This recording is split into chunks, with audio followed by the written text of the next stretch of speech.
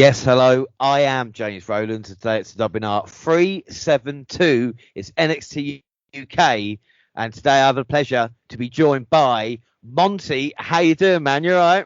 What's up, James? How you doing? I'm good. I'm happy to be back, revitalized, ready to talk about NXT.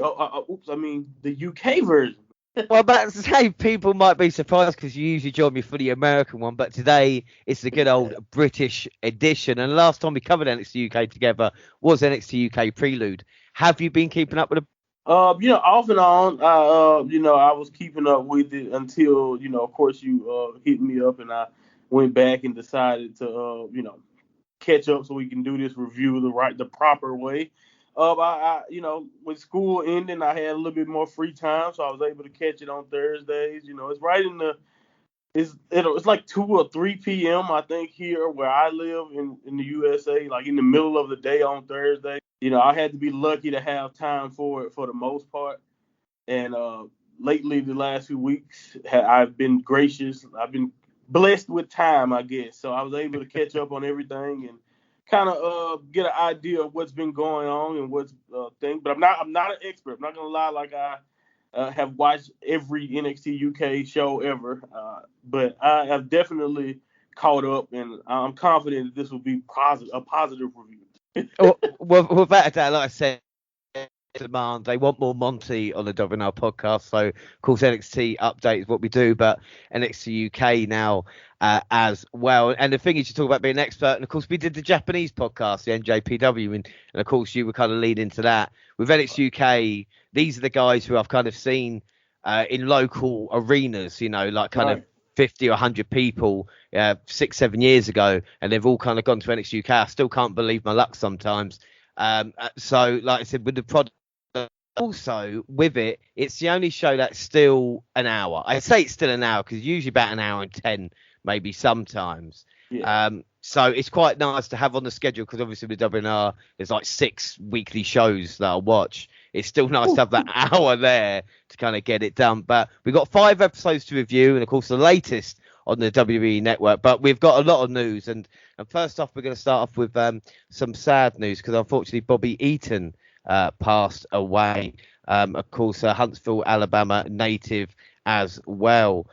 This was really, really sad news. Of course, a 40-year career. He broke in at the age of 17 with the NWA Mid-America. In just 2 years, captured his first championship by teaming with Leap and Lanny Poffo to claim the NWA Mid-American Tag Team titles. After the Supercontinental Wrestling Association, he joined forces with Dennis Condrey to carry the torch to memorable Midnight Express. Beautiful Bobby and lover boy Dennis quickly rose to prominence in Jim Crockett Promotions, won the AWA World Tag Team titles from the Rock and Roll Express. Following Condrey's departure, Midnight Express carried on with Sweet Stan Lane, team with Eaton for memorable rivalries against the Samoan SWAT team, and the Fabulous Freebirds, the Steiner Brothers and more, on the United States Tag Team reign. Eaton would make a strong singles run from the departure of Lane, defeated Arn Anderson to win World Television Championship Super All 1, and he had a feud with Rick Rude, Dave Busky, and Steve Austin as well. And of course, he culminated in a Wrestle War 1992 match against Sting Squadron as well, with stints in Smokey in wrestling.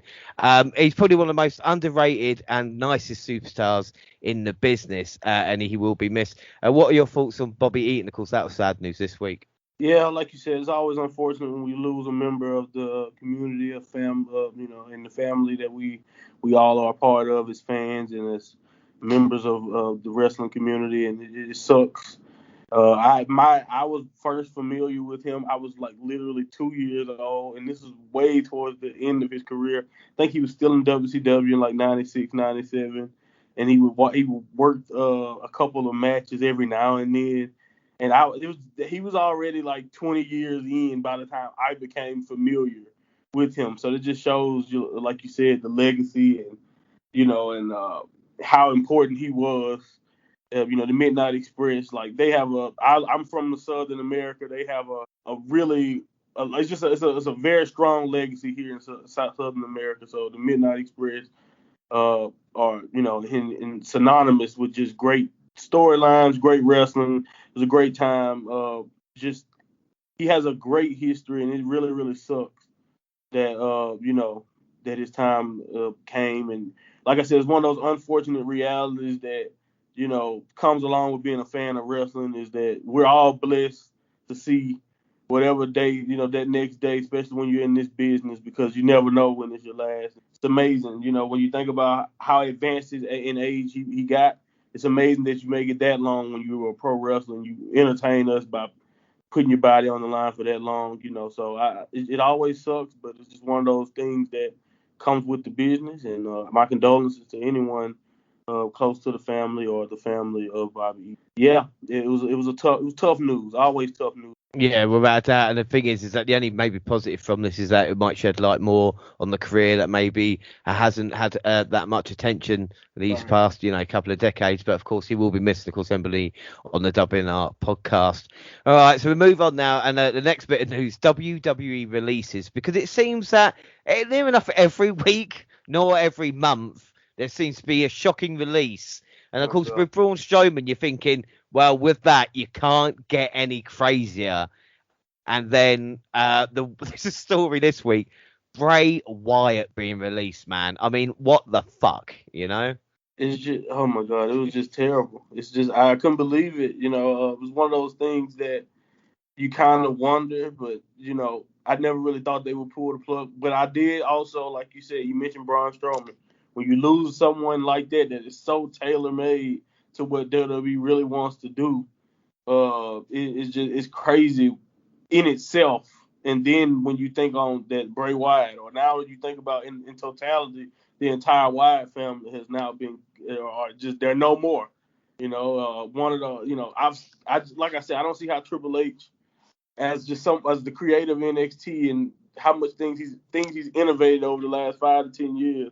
And just when you see acts like the Wyatt family, or that to add them to the list, or add Bray Wyatt to that list of talent that we've seen come and go before they was able to, even get close to fulfilling their potential. Because he did a lot of great things, especially character-wise and storyline-wise. But at the same time, we all know he never was exactly where he could have been. And it's crazy the amount of people that I can apply that to, Braun Strowman included. So it's like you said, the release is one thing. The timing of it is just was insane to me. When it happened, I didn't believe it. And then when I saw the original post, you finally, you understand what was going on. The last thing I heard about Bray Wyatt before that was personal stuff. So you're just hoping that it was, good and it wasn't something else that could make anything spiral even more out of control for him personally. So all you can do is just wish the best. I know at the end of the day, creatively, and as far as the wrestling business,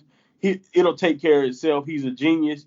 He'll come up with something else that'll have us captivated somewhere else. I don't worry about him character-wise and storyline-wise, but as far as who he is personally and how he feels and how this situation played out, you have to feel for anyone who's. A lot of people been losing their job for a long time since this pandemic kicked off, but it's insane. Over 100 wrestlers. It is. It's insane. It's insane. It is. Well, consider he's 34 years old. Well, just Bray Wyatt, 34 Right. years old.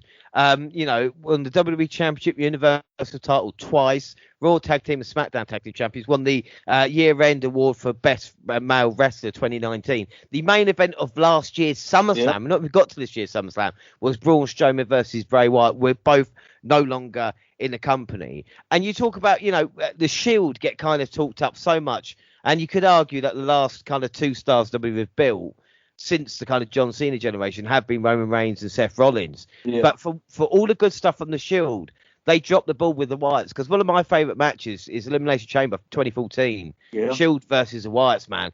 And that was made up of the Wyatts as good and equal. And I just can't believe what WWE have done. It's like a bad dream where you go, why is this happening? And it's like, and a merchandise thing as well. It's not like he's not selling, I'm a collector of stuff. I've got kind of Undertaker collection. I was thinking, who's the next superstar? And it's kind of Bray Wyatt, like Firefly Funhouse stuff, and it's and he's making a bucket, and you're thinking, what are the reasonings? Just because he's not happy, It didn't make sense, and it like you said, he's the perfect.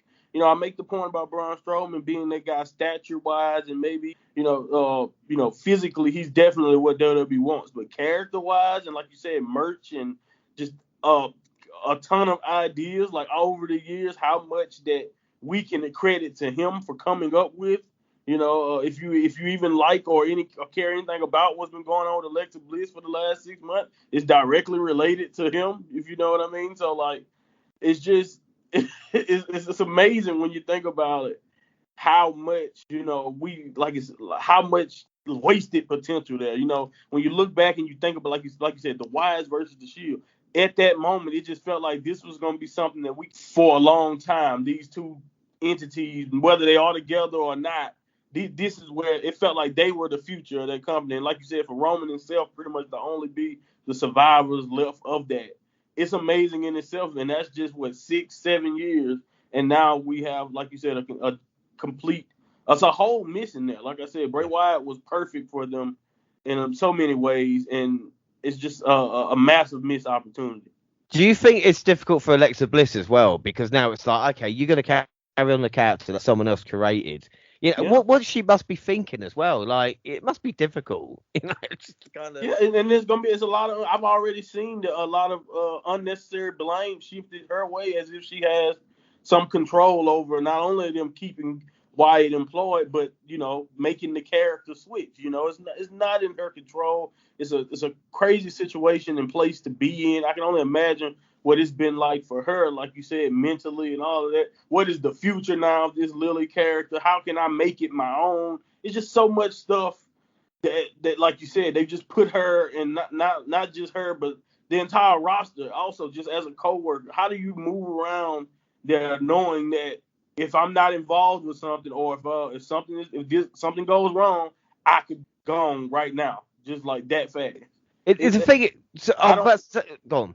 Oh, yeah, I was just about to say, I don't know. The mentality of anybody who works there right now has to be shaken. It's like, you see floods in like Australia or fires and stuff like that, and then you get it over in England, you see stuff in America, hurricane. You think, oh, it's the end of days, like a literally apocalypse. Like, we've had like COVID now for 2 years, and then you think, watch WWE, and they kind of get rid of like top level talent. You're going, this isn't right. This is the equivalent of like flooding. I can't quite get it. And someone who's kind of stoking the fire as well is Ronda Rousey, because she tweeted out, I've seen some fans chanting "We want Wyatt" last night, of course, during the Raw in Chicago, and "We want Reach Balls" over Bray Wyatt performing. If WWE treated him like he was expendable, it was because you ungrateful idiots did first.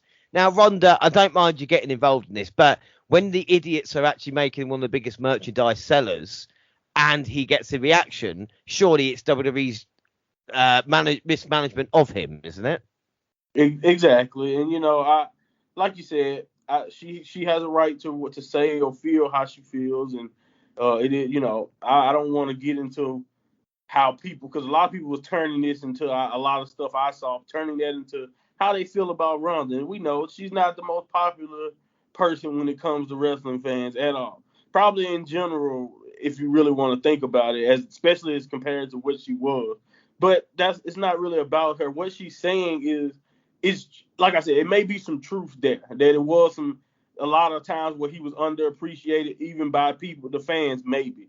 But again, I like you said, she's missing the point of if it ever was a beach ball situation, if it ever was one of those situations going on, it was not because of Wyatt. It was because of they weren't trending the beach balls because of Wyatt. It's because of what they had Wyatt doing in the moment wasn't, what they wanted. And like I said, you could be unfair. You could take that moment in time and try to make your overall point. And yeah, that's fine. Fine. Then at the end of the day, it comes back to the fans are chanting that they want Wyatt because they see a guy like a Goldberg. I don't know how you can look at Goldberg and not think the death of. You know what I mean? How can you not think of that moment? That's something that didn't even need to happen. That we all know now on all accounts that Goldberg, asked for it. And forget about backstage stuff. Like I said, the point is that we all feel like this was wrong, not just because of what happened to Wyatt, but just because we know how much of a genius he is. Like, why would you give that away? And it's hard to fathom it. It's hard to wrap your head around it. It's WWE's systematic failing of building future stars and relying back on now. And of course, Edge and John Cena are going to be in the two main event matches SummerSlam. are the two guys, 10 years, 15 years previously, or 2006, were main event at SummerSlam there. The problem with that is in 10 and 15 years' time, you can't bring, apart from with Reigns or Rollins, you can't bring back stars from that. And I think why people still chant CM Punk, especially in Chicago, and why John Cena in a promo references The Rock and Stone Cold still, is because those types of characters aren't around. And the reason CM Punk is still kind of got this mythical thing about him is because people knew what he was about. They understood it quite simply, like best in the world and what he was focused on. And that's what is missing now. And I think WWE fans, even in Chicago, are missing out on chanting or even singing along. You got Nakamura's theme, but they need kind of more fan interaction, even stuff to chant. And there's nothing, we want Cena chants, which have been going on for God knows how long. You get the woos in the crowd, and it's like there is no new kind of thing. And I think that is WWE's fault as opposed to the talent sometimes. Exactly. And I think the talent gets a bad rap in a lot of these cases that, they don't have this or they don't have that. When, it was a lot of things that went into it. You don't consider Road Dogg one of the greatest mat wrestlers or technical wrestlers ever. But like you said, all throughout the night in the Attitude Era, it was guys like Road Dogg. It was people like Too Cool who had something for the fans to do, whether it was just dancing, cheering Rikishi on, whether it was doing the catchphrases with Road Dogg. It was things like that even if you weren't that guy in the ring necessarily, you still meant something, and that kept everyone engaged. And like you said, it made those shows feel different, have a feel that we don't know if we'll ever see again. And like you said, that's not just on today's talent. That's on creative decision. That's on talent having a lack of freedom in some cases. You know what I mean? Who knows how many catchphrases or possible things that could have caught on with fans that has been shot down immediately by, creative for whatever reason. Like we said, like you said, in every facet of the being, they have failed in giving us the level of star power or people to take seriously enough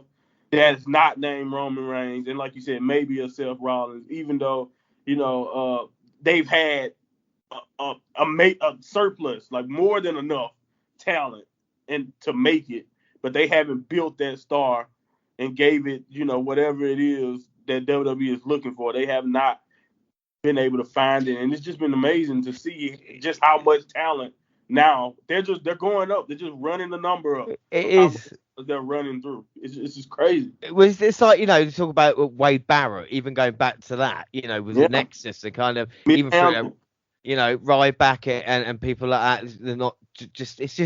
It's mental. And I think another thing with AEW and what they do right is that when you watch a show, at least it's fun. You're gonna sing along to, you're gonna sing along to Judas. You're gonna sing along to start chanting cowboy shit. And I think that's something that they've got that WWE just forget sometimes, because they treat maybe fans just like customers, and it's like, here's who you cheer. Don't try anything kind of organic or anything like that. Yeah, I think that's something that's doing WWE a disservice. Is like you said, that viewing the fans of now more like consumers, instead of looking at them as a part of the show. And as much as they give us the talk as things have come back to life about how important we are to the show and all of that, we all know that they give the crowd, they give us as the audience, the proverbial middle finger consistently, actually. So it's kind of crazy when you think about that. How many times? And I think at some point you're gonna have to. We can't just accept budget cuts and keep moving on. I think that's another thing. Like, I'm not trying to say what I forgot who said. I think it was Renee who said that AEW Renee Young, formerly known as Renee Young, said that fans in AEW are not treated as dumb as they treat. WWE fans are treated like, they're ignorant to what's going on, while AEW fans kind of are in the loop. And that's at least to a gist of what I got, basically. And so it's kind of coming back to that, if you see what I'm saying. You constantly get treated a certain way or viewed as a certain way as the audience. And then at the same time, they want you to be just as invested as a part of the show as you need to be to make a great wrestling show or a great wrestling environment. And it's just not there because a lot of people have been alienated. I've seen in the last few months especially with the Wyatt releases, and even when the Strowman thing happened, I've seen a lot of people say that this is like their hearts have been broken and they don't know how to watch WWE anymore. And that's what I'm saying. When you get people to that where they're just like, they don't even know if morally they should watch you, like something is wrong. And yeah, that's one thing that I do want to say. Like at the end of the day, WWE has a problem that they have to fix, because you're cutting the faith of people who've been watching you their whole life. I think that is an excellent point. And the worrying thing now, it's not just Raw and SmackDown that they've decided to fuck up. It's NXT as well, because there's been a couple of huge stories breaking out, and it emerged that Adam Cole's contract with WWE has actually expired after the Great American Bash on July 6th. He agreed a short-term deal that see him work through SummerSlam, allowing him to finish his feud with Kyle O'Reilly. And then there was a talk about him having meetings with Vince McMahon on SmackDown. Of course, his girlfriend is Britt Baker, the AEW Women's Champion, which would be a fit. But what scares me is the chronic mismanagement of letting someone like Adam Cole, who was the longest reigning NXT champion and the probably face of NXT for the past 3 or 4 years, to let his contract wind down like this. 100%. I think that is the more. It's not even about the contract being up or where he could possibly land, because Adam Cole was a big star independently before he ever joined WWE and got in the Undisputed Era. He could have got a job probably anywhere internationally that he wanted. So it's not so much as, like you said, that as excited as everyone may be for what possibly could be coming for Adam Cole somewhere else. It's the fact that, like you said, he was literally the face of that brand.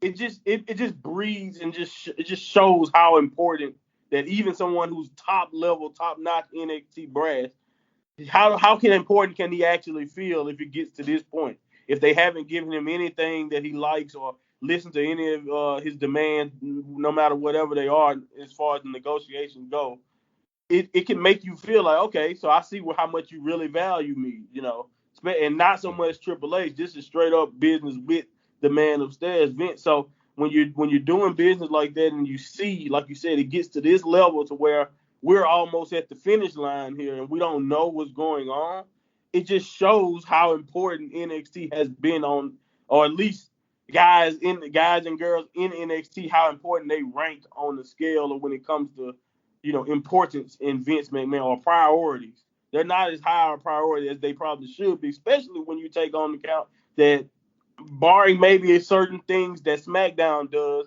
they're pretty much the best programming you've had in the last year, especially post-pandemic. So it's insane to me, like you said, how a guy like Adam Cole could even be at this point.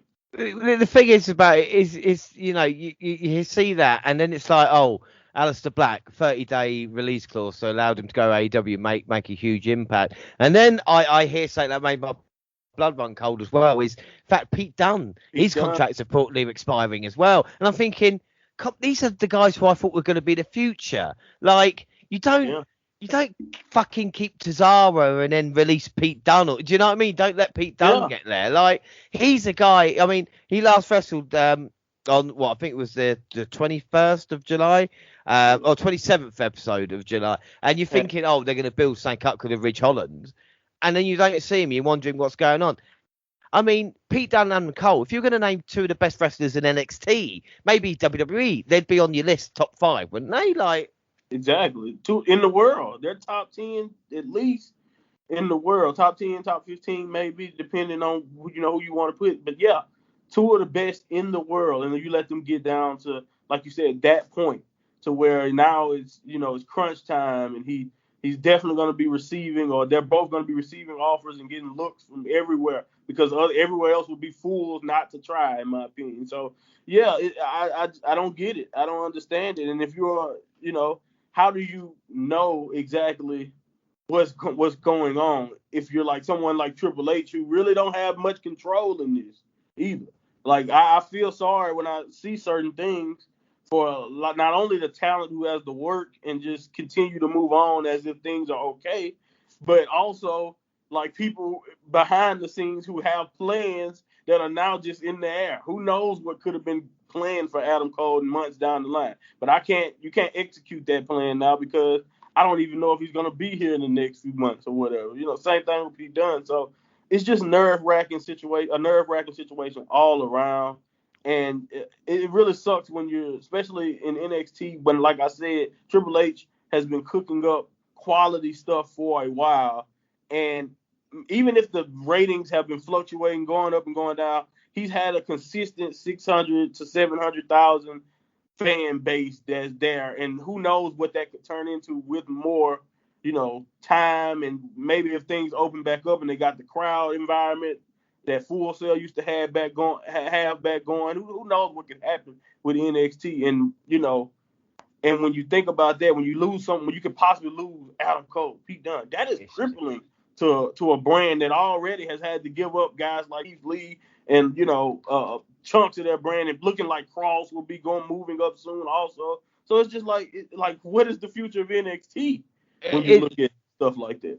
It is crazy, and it was like an episode of kind of 24 during SmackDown, because you had different split screens. So not only did you have the normal kind of programming going on, with Roman Reigns and everything that trying to build up SummerSlam, but also the other side, Adam Cole having a secret meeting with Vince McMahon, and also quietly announced on Twitter releases.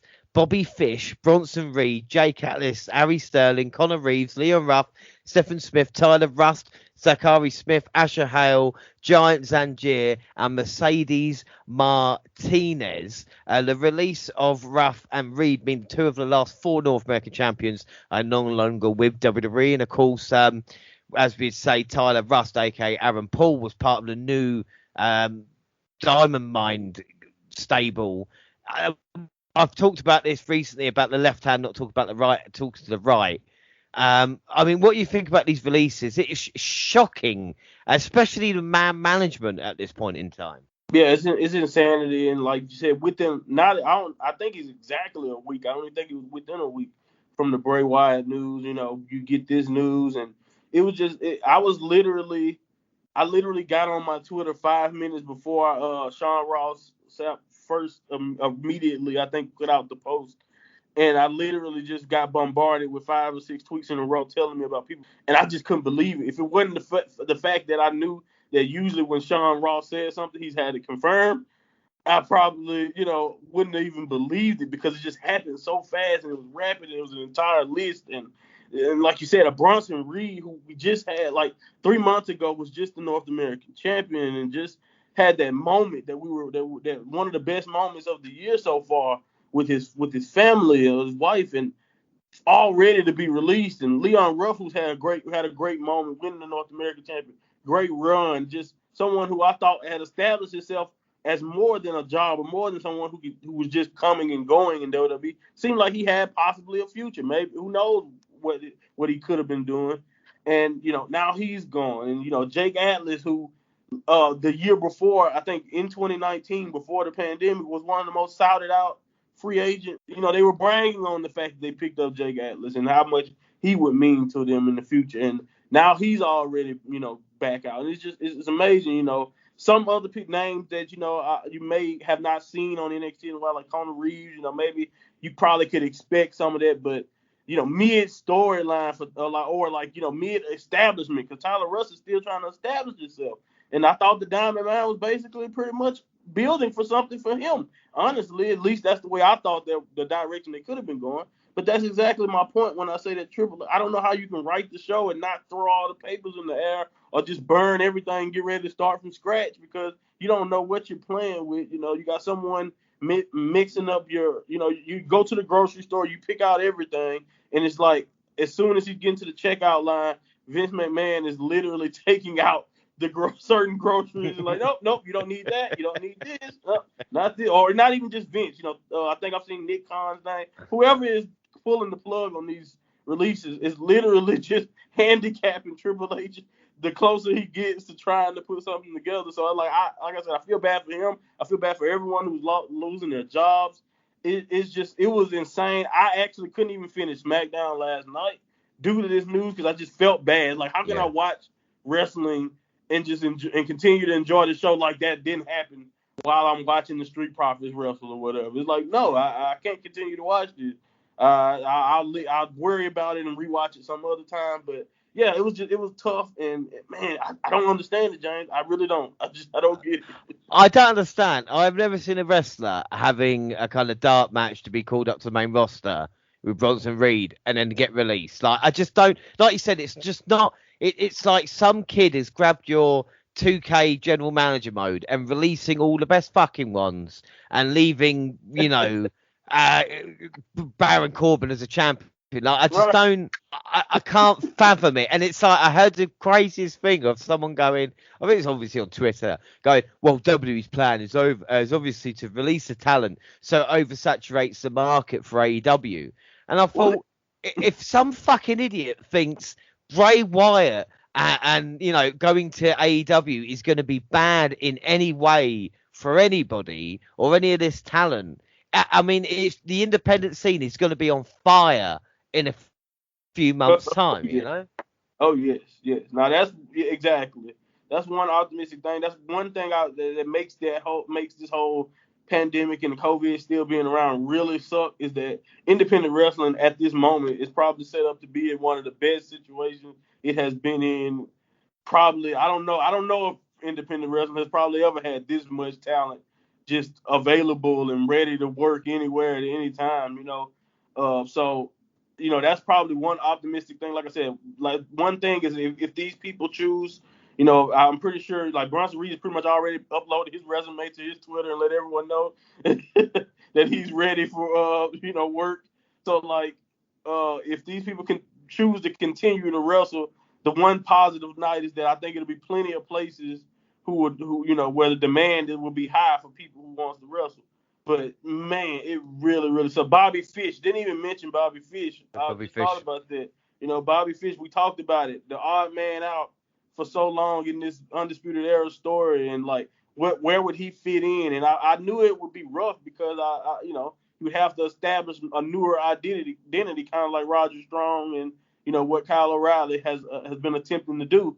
And before he could ever even get a chance to even give us a taste of what that may be, he's out of the picture. So it's sad and it's just crazy to me how this worked out. And again, I remember a few years ago it was a trend that NXT guys and gals who got called up were getting, whatever it is, their value were downplayed, whatever it was the main roster. It was a trend. I think now, without a doubt, we all know that just if you're on the NXT roster, whether you make it up to the main roster or not, it's not necessarily the safest job in the world. Your future is you may be having fun while you're in NXT, but your future is always up in the air as of right now if you're an NXT performer. And it really sucks to me when you think about it that way because you have no clue, you have no idea. You think you could be on Monday Night Raws one day or whatever, or headlining. Who knows? But you have no clue because you either could be cut, you either can make it to the main roster, and everything about you get changed. It's all types of things, and that's unsettling to me. The thing is with at the moment is, like you said, it's really, really tough to kind of put a positive spin on things. And the thing is as well, even when you hear like with AEW, and of course the big story a couple of weeks back was called CM Punk and Daniel Bryan. And I'm thinking, fucking hell, if they go to AEW, I mean, I watch Dynamite anyway, but they've been doing well at the moment. Is there any negatives? Again, this is what I'm trying to think from AEW signing ex-WWE talent, but it's not like it's, no offense to Zack Ryder, but it's not Zack Ryder levels. They're actually people I think can change the product. Yeah. I mean, if AEW gets CM Punk, especially like Chicago, I mean, that's going to be immense, isn't it? Oh, yes. But the buzz around the company will be so high that I don't even know if it'll matter what incarnation of Punk or what he even decides to do. He could just decide that he's going to come and just be a correspondent every now and then, and the buzz around it will just be so big because he is who he is and what he means to the business. I think it will work, but especially if he decides to come to the ring in any format, give a go to sleep, and like you said, in that arena, and if he gets to keep cult of personality, like everything, and not that he needs that song, but I'm just saying, you put that on top of it, that moment is just going to be like, I don't know, how do you top that moment, and how do you, of course, Vince McMahon is always going to say that he doesn't view anyone on any of those, any other company as competition. But I don't know how you can look at them with like you said, with what they already have, with who they have with chances of getting, with the Bryan Danielses of the world, the CM Punks of the world. How can you not take them seriously as competition? And not just AEW, since AEW has working relationships with other companies, with this wide pool of talent already out there. Just look at Impact. I think Impact Women's Champions, like Deonna Purrazzo, who was in NXT last year. Like, you can just look all around the wrestling scape of people who were in WWE in some way, shape, or form. You mentioned Zack Ryder, but he's a champion, now. It's like it's so many people now just doing things, whether it is betting on themselves or wherever they are, that is bringing value to organizations and companies all over the country and world right now. So, I don't see how it's not a positive if you get a guy like CM Punk to put on top of all of that buzz that AEW already musters up every week, Yeah, and I think the thing is as well, and I think people might get a bit concerned because they go, TNA did this. But the thing with TNA and what they did was they neglected the homegrown talent, the AJ Styles and the Bobby Roodes and the stuff like this, started focusing on your Ric Flairs, your Kevin Nash's, your Scott Halls. And what's different now, ladies and gentlemen, is the fact that WWE releasing 34-year-olds in Bray Wyatt, who are star power, and keeping the 55-year-olds. So, it's like Aleister Black, Andrade, Bray Wyatt, for me, all could be future whatever they wanted to be, Exactly. Those are that can be the makings of a generation. They also done a great job of having people like a Adam Hangman Page. You can say whatever you want about AEW, but their treatment of what they've done for guys like Orange Cassidy, Jungle Boy, and Darby Allin included, what they are character-wise and what they've been treated and how they've been presented. They are also presented as the future. Sammy Guevara can be lumped in there. MJF also. Look at those names I just listed that are all in their 20s basically, and doing really really good stuff. They have that, and they can get, like you said, stars who are in the prime of their careers, like a Malachi, like a possible Bray Wyatt signing, like a possible Punk sign, or Punk may not be in the prime, but we all know popularity wise, nobody can touch Punk. Bryan is still one of the best in the ring. It's just, and then if Adam Cole don't agree to something, you can find a way to work out something with Adam Cole. Like I think it'll be one of those things. Their tagline was changing the world, and I think they could change the world, especially just strictly from a talent standpoint. Now, what do you do with all that talent once you get it? It's one thing, and I think they're gonna have to be careful. But at the same time, with so much talent, and like you said, guys like Andrade, guys like Wyatt, guys like Malachi, that you could just use as faces for your future, along with these younger guys who they can be foiled for and all of that.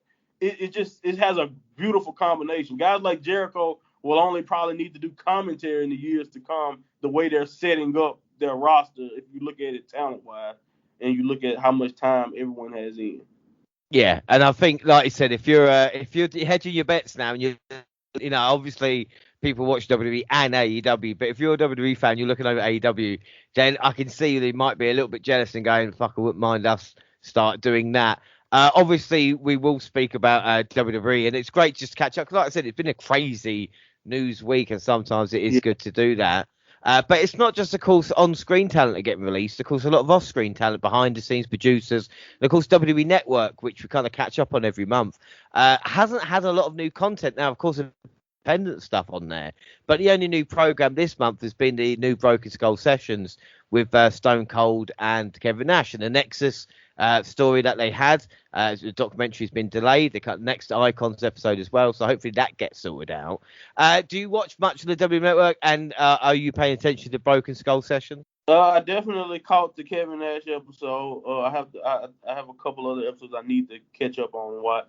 I definitely keep up Broken Skull. It's probably one of the only shows that I try to make time to go look at for the most part. I used to be an avid network watcher, and then they just kind of gave up on giving me original content for a while. So you just kind of had to wait to watch it. So, it's certain things. I like WWE Untold. I don't get necessarily a chance to watch it as much, though. So certain series that I like, But I'm not gonna lie. Like I spend a lot of time on Peacock outside of catching NXT UK or looking at pay-per-view. So or Oh specials. no. That's pretty Yeah, much no, it. like I said, we used to be the, like I said, W Net Review until WWE tried to shut us down as it was, but we still check the network, and it's a bit shame we haven't got, like you said, Untold and a couple of other Icons series have been quite good. But they did have, like I said, Kevin Nash on the Broken Skull sessions, and of course, Kevin Nash is always kind of more jokey now as than he Yeah. has been, which I suppose is quite a good person. And of course, anybody that's followed Kevin Nash and my only maybe problem with the Broken Skull sessions, and I felt this with Mick Foley, is that they've done a lot covering Kevin Nash, whether it will be when they did the Dudes with Attitude recently with Shawn Michaels, or of course all the NWO stuff. We kind of know his career now, don't we? From kind of Yeah. Oz and Vinny Vegas to kind of Diesel with Shawn Michaels becoming a champion, making his move across. Was there anything from this that you kind of even learned, or it was that kind of made you surprised that Kevin Nash was saying it, kind of Stone Cold Steve Austin? Anything, I think it's all like, again, I love Kevin Nash interviews. I'm one of those fans who back in the day, especially when I was in high school, any little clip of shoot interviews I saw, Kevin Nash is literally like almost the original shoot interviewer almost for me, because he was one of the first ones I ever seen where people were kind of telling us the backstage secrets. So like you said, a lot of stuff that he mentioned or talked about, I had kind of heard a version of the story before. So I agree. I think that was one fault in the special, is that it kind of relied a lot on things that not only if you just watch the network over the years, you probably heard. Like I said, if you go on the internet and you're even somewhat interested in a Kevin Nash interview, you're probably going to hear a lot of the stories too, and he will be way more detailed and, like you said, way less jokey, more cuss words or involved on the internet. It's hilarious. But anyway, besides that, I love Kevin Nash. I thought it was great. I think for the most part though, most of the stuff was pretty not so much new to me. I did love every time that they went into a storytelling situation of just how it was on the road. Road stories are some of my favorite things when you get wrestlers talking, especially a lot of the ones from that period in the 90s when it was just different. Wrestling was just different back then. So I love listening to him talk about road stories of riding with Austin and them doing dangerous stuff on the back streets, like riding with the lights off. I don't understand why would you ever would try that, but it made sense within the context of the story he told. So, anyway, I love those stories. But other than that, it was a lot more rehashing. Yeah, anything wrestling wise he brought up, he's pretty much talked about to a certain extent in the past already. well, the only thing I found quite interesting, well, so I enjoyed it. Don't get me wrong, but the one thing I leaned into a little bit was to talk about TNA, talk about his run, because of course being there for 9 years and having wrestling with grey hair, and the idea to piss Vince McMahon off as Yeah. well. And they talk about the kind of talent that was old, of course, AJ, Joe, Daniel Kazarian, and Austin asked why the promotion could be bigger. Nash said they would watch Spike TV, and during TNA they would not advertise. They would advertise UFC, but no TNA. And then they showed a photo of Main Event Mafia, and Austin says it was a hell of a roster. Nash mentioned he was making a short drive to Universal, working a 6-man, eating 2 burgers, drinking wine at DoubleTree, and getting paid $15K for it. So I think that kind of sums up his TNA run with that, and of course our Hall of Famer as well. But again, not bad, and it's Stone Cold. I mean, they must be paying him serious money for him to stop his podcast. Obviously, that's been a little while now. Definitely. And just focus on it there. What guests? I mean, because obviously we could go down like DDP or people like that. Who would you want to see on Stone Cold or Broken Skull sessions that maybe hasn't been thought about? Or be quite interesting, because sometimes it's nice to go a little bit left field, isn't it? Yeah, I think so far, for the most part, at least one of the things I've seen him do is he seems to be sitting down with people with either longer tenures or, like, people who wrestled during his era or sometimes before. So it'd be nice if he could. I don't know if how they maybe the problem is they don't know how they would want to do the episode, but like he could do. I wouldn't, not that I would want to the New Day, but like someone like the New Day or like a newer act, but they're not so new to where can't talk. I would like to see this just Roman Reigns just talking about his journey so far, like a Roman Reigns or a Sheamus, or someone who has a tenure but a more modernized tenure, so I can see what Austin likes, what he don't like about some of the more after his era time. It'd be nice to see him sit down and converse with more. He talked to Randy, he's talked to other people that are still active, but Sasha, I think he did one with Sasha and Bailey, so those worked. But like still, again, more recent, more modern workers. Maybe I don't know if he actually had a long sit down with AJ Styles. That'll be a good one. So stuff like that. Yeah, I think that something like Bobby Lashley, I think would be great because then Ashley would be a great choice. Yes. Yeah.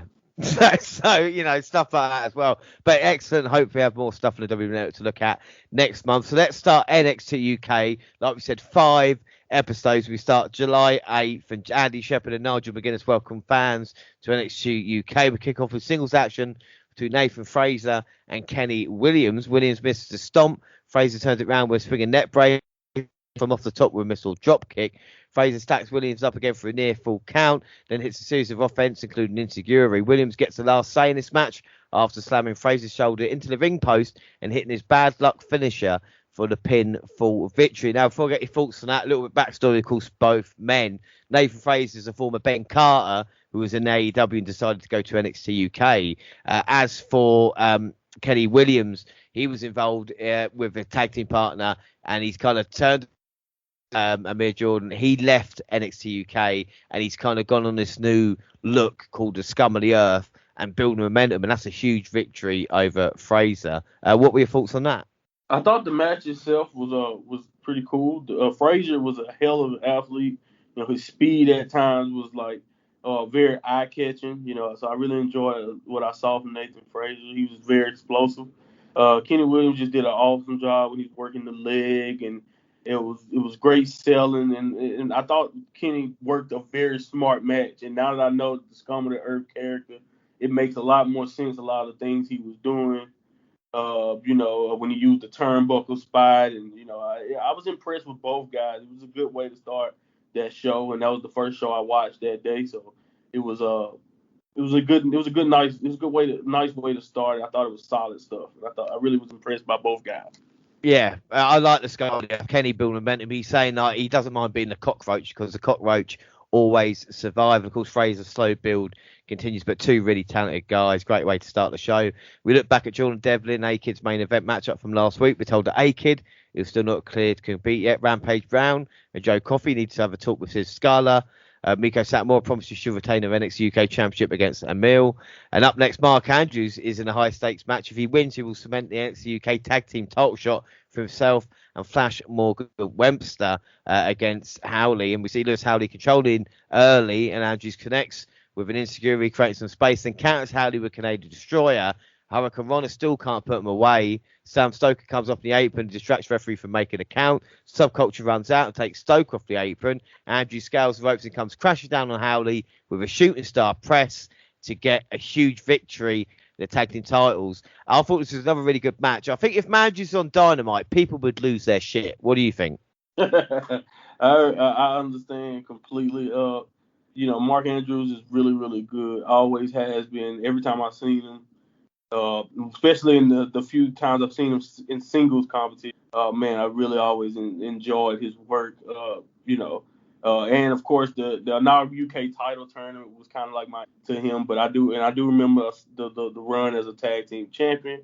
But I wasn't really familiar with Howley, even though I heard a lot of great things about Pretty Deadly. So I was just looking to see, what could I, what can I learn about, Howley in this match. And I really was impressed with some of his work and a lot of the way he wrestled this match. It fit their characters kind of perfectly. And the announcers kept reminding us that it was nobody to tag Howley. So they did a great job of just kind of reminding us that this wasn't really he was out of his depth wrestling Mark Andrews in this position. But it was solid, and it advances that story for Subculture Chase for their possible second reign. So I thought it was good stuff. Yeah, without a doubt. And yes, boy, they're Pretty Deadly are a great tag team. Kind of like a reality show like Made in Chelsea we got over here. I don't know what would be the Kardashian equivalent over there, so to speak. Just kind of Right. pretty boys that are so annoying. But, like I said, they are a great tag team. And following a big title match last week, Jack Stars runs across Dave Mastiff, who praises Stars' fate. Mastiff tells Stars to keep his head up because Jack Stars, the guy who's got the Volta handprint on him in his very first matchup, the kind of jobber come good in recent times. And Tyler Bate is going to defend his Heritage Cup Championship against Mark Coffey.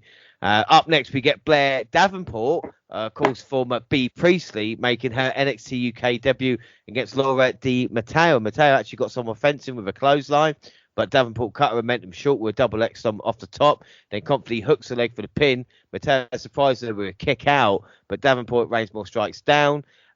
We see Matteo hitting a nice spike DDT, but Davenport pops free, hits a springboard drop kick, and ends the match with a brutal running knee strike. The former Gaijin prevails in her NXT UK debut. Now, you will probably be more accustomed to B. Priestley than maybe even I will at this point. What did you think of her debut? What do you think of her overall? And thank you for that introduction, because B. Priestley is known as one of the best guys in Joshi, or Japanese women's wrestling, just in the world. She's one of the best. She was just a big signing when I found out that she was going to NXT UK / WWE or whatever. I was always very, very high on her. I'm not going to act like I watch Stardom or watch Joshi or wrestling as much as I should, because it's really, really good and they deserve more of my attention. But it's only 24 hours in a day. So, they kind of get left out a lot of the time. But I will say that she has always been one of the best. She was a champion in Stardom for a lengthy period, and one of the just so aggressive. She kind of adopts a very strong style. It's definitely very strong style, very Japanese style of wrestling.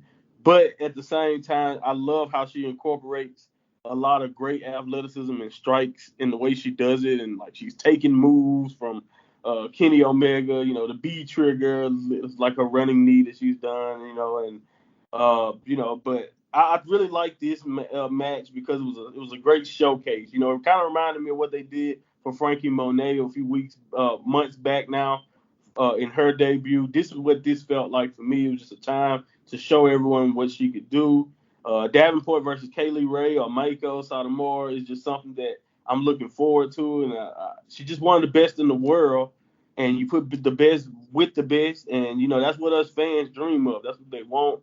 And she does the finisher. She did the finisher, the Kamigoye, which is Kota Ibushi's finisher, which is a nice little touch for anybody who keeps up with New Japan and know that that's who Will Ospreay took the world championship from, her real life partner Will Ospreay. So, that's a nice touch for anybody like me who's been keeping up with her, that she's going to be using that move. By the way, if I ever decide to wrestle, that would be my finishing move. A nice knee right to the face. I love it.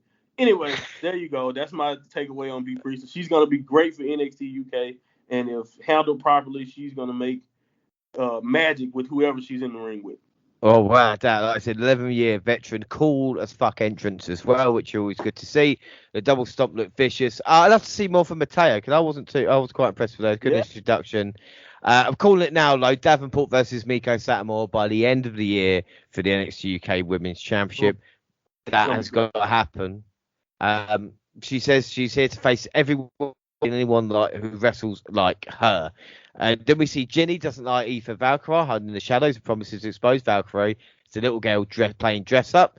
Then we see Tierman sitting down with Rohan Raja, who says he was forever for all before they are family. Next week they're facing Ashley Smith and Oliver Carter. A little bit backstory for that for you. Tierman came in vicious and he fought Rohan Raja and actually snapped his arm in a matchup. And Raja kind of, because of his toughness, Tierman earned the respect from there. And Raja now say, right, obviously you beat me because you snapped my arm, but I want to be part of your family. And Tierman says the eye is always watching. He's taken out Ashton Smith and Oliver Carter in recent weeks, so this will be an interesting tag match coming up as well. Tierman's kind of reminds me a little bit of Andrade in a little way, Oh, yeah. I touch of the crossface, man. I really do. We'll get into that though. we definitely will. Cisco announced that in 2 weeks. Volta will put his NXT UK Championship on the line. They rematch against Aya Dragunov, and now the main event: Trent Seven versus Eddie Dennis. Going to the closing moments, Dennis grabs hold of Seven, who drops out at the back and connects and hits his 7 stars lariat. But Dennis up for the burning hammer, who escapes by latching onto the ropes. Symbiosis come out to watch the match up close. Seven sends Dennis crashing to the mat with an avalanche emerald flosion, and then Seven hooks to the pin, but Symbiosis takes Dennis's foot and puts it up to the rope. Seven runs out the ring and takes Symbiosis' burning hammer for the pin for victory. Symbiosis slides in the ring and tries to beat down Trent Seven. Tyler Burt runs out with nunchucks, and keeps Seven out of harm's way. What were your thoughts on this main event matchup? I really thought this match was really good. You know, it was a situation where I wasn't really too familiar with Eddie Dennis, but of course I know Trent Seven and Mustache Mountain, and I thought Seven did a really good job of making the Welsh Dragon, you know, look good at times and really look like he had a chance. You know, it was a brawl at one point, and it was probably the most physical match that I had seen from that particular show. You know, I a couple of times where they look either exhausted or groggy, knocked out. You know, so I thought it was over when the outside involvement, took place, and it looked like Seven was about to get screwed, but you know, he prevailed and overcame, and you know, I thought it was cool that Mustache Mountain stood tall at the end, especially bait with the nunchucks. It was funny kind of to see him, you know, working it and using it. I thought one of the ammunition were I think it was Primate, pretty foolish, running in there like he wasn't going to hit you with the nunchuck. I just didn't think. I really was wondering what he expected. What did you expect? You thought he wasn't going to swing it? Like, really? But anyway, nice match. I thought it was a good way to end the show. Yeah, no, really, really hard hitting main event. Trent showed his anger. And the thing I like about Eddie Dennis, he's got crazy eyes. He's a psychopath. My only issue, or I think WWE's maybe only issue with him, was it's kind of built like a rake. You know, like if he had a bit more, you know, like. Fair. Yeah. But again, I like it all. We'll move on next episode, July 15th, and we get an intro video, and we're joined by none other than the coup and founder of NXT, Triple H. He's happy to announce that on next week's show, Walter will put his NXT UK Championship on the line against Aya Dragunov. That leads to the press conference, where Assistant General Manager Gallo is hosting it. First question is asked to Walter. He's asked from BT Sport about his dominant reign and how he sees the rematch playing out. In Walter's opinion, he believes Dragunov still isn't mentally prepared to go up against a champion like him. He never mentioned that Dragunov lacks physical ability. The second and third question are directed to Dragunov about his mental state. Now he's been facing demons since losing to the Ring General back in October. Now, I don't know how up to date you are with the Aya and Walter story, but it's probably my favourite. Well, it is my favourite story in wrestling. Adam Page's kind of arc was one of my favourites, but this is kind of my top one, because Walter was so violent in his match with Aya that Aya basically lost it. And any time he had a match since then where he got slapped, his red mist would descend, and all he sees is Walter's face. He sees it in his dreams. He sees it in his nightmares. He sees it every time, and he can't control this anger that's inside of him. But Walter's kind of hold over him. That is the only way I can explain it is Darth Vader and Luke Skywalker type of shit. Like Aya is so tough, but Walter, it's just the damage that is done for him. And the question is that Walter doesn't see Aya as a serious threat, but Dragunov is said he respects Walter as opponent, but he left for him is hate, you know, and he hates Walter and he wants to place his hands on him. And you know, this feud between these two has been fantastic because it's very simple. Both men want to be the champion. You've got the dominant champion. You've got the guy Aya, who is probably the best at NXT UK apart from that. But can he get the job done? And that is what makes the match so special as well, you know? I agree 100%. And, you know, I was kind of getting like, I had like a Cliff Notes version of that, basically, because like I remember watching the match, the Dragunov Walter match, because I just recommended I needed to see it. And of course, it was that life-changingly amount of violence that everyone has been bragging about. It's legit. So if you still haven't went to go see it, go watch it. But besides that, every time I would check in, I would see they would update me. Maybe it'd be a video package or whatever it is, and I would see how red with anger and, you know, how tormented he was basically from that loss. So I kind of had like an outline of what happened, but I needed those details. So I appreciate it because it made this press conference even better when you think about all that. You know, the press conference was. I'm always impressed, pretty much, with how they do this. I'm also always impressed with how well spoken Walter is. When you see him fight, it just leads you to believe he's gonna be a brute. But then when you listen to him talk, he's elegant, dignified. You're just like, oh man, I don't, he's the worst kind of dude to get your ass whooped by, because he's doing it with honor and respect. Like, he's not sometimes I'll be mad at Walter because he's not as much of a douche, but he doesn't need to be, because he fights like he's trying to kill you when he fights. So it doesn't really matter. He doesn't really have to be overly douchey personality wise, but.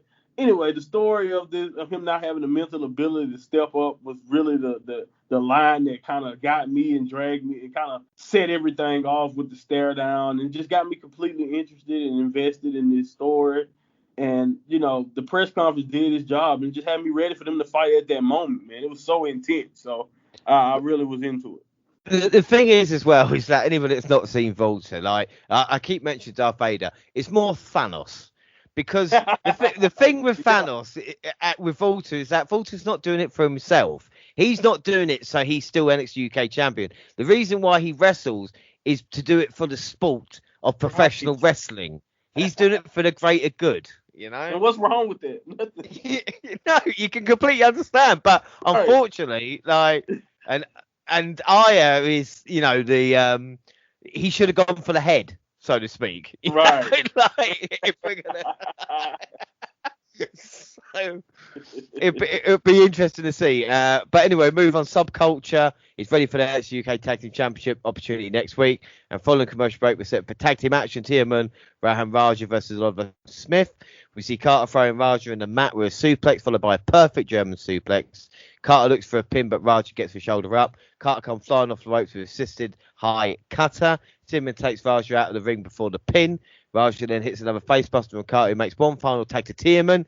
Tiaman locks in a crossface on Carter, and Carter, of course, tap out. Tiaman and Raja pick up the win. And, of course, we explained this is a new heel team now. What were your thoughts on that? Yeah, I was expecting them to come in and establish themselves, of course, with those family-related promos, kind of basically letting me know, okay, did they have something cooking up here? And like you said, now with the background that Oliver and Ashton Smith were attacked recently by Tillman, it made this match even better. I have to say, Ashton Smith impressed me the moments he was in there. He looked like a really, really good athlete in this match, and it was just, I don't know, he was very impressive at times. I thought the relentless attack on Carter's arm worked perfectly well, especially with the crossface finish and all of that. And I expected the new team to get the win, and it was, and it was good stuff overall. And I can't wait to see what's next and how this story develops with this whole family angle. Oh yeah, and this was a fun match. Once the hot tag happened, the faces have had issues, but this was about Tillman and the Eye. Like we said, he's always watching, and A-Kid demands another match with Jordan.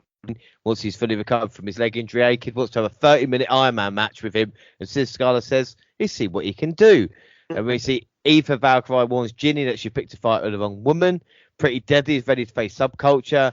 They're looking forward to clashing next week. And up next, we get Maya, or Mel, as it was, versus Miko Satomura for the NXT UK Championship. Will she be the first French women's champion in WWE? No. But she caught the champion with a pump kick. Satomura flurry offense. We see Amel follow up with Exploder Slam, but Satomura managed to set up Amel for the Scorpio Rising. The final boss retains her title in a hard-earned win. And this was a great way of showing what Miko's reign will be. Competitive match and bringing the younger talent up whilst adding experience.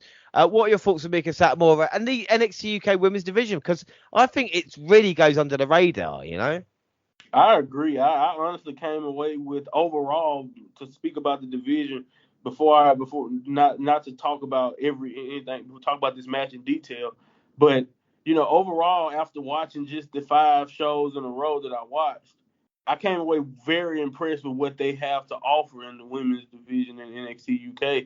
And like you said, it definitely goes under the radar, but they have sneakily, or if you want to say it, they under sneakily, or just out of the notice of everyone or most of the scene, they have a really deep and diverse roster of ladies who can really work in the ring and do much, and that's without seeing Kaylee Ray basically involved in a lot of this stuff. So, the women, she had one of the longest reigns in women's in NXT UK. I think the longest women's reign, right?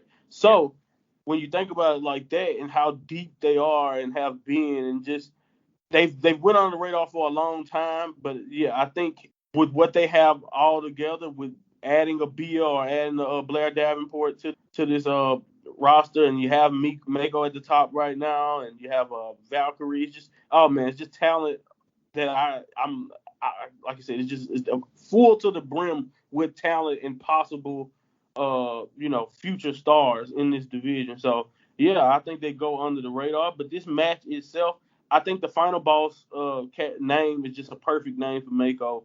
And this match exemplifies that, because the match went and it was put together as, she struck well early and attacked Amel, but Amel literally was chipping away as much as she could at Mako, and and then you hit your ultimate attack, and then it still is not enough. And then at the end of the game, if you ever played a video game and got to the final boss, you do everything you can, and the final boss is still standing because it has that long ass health bar.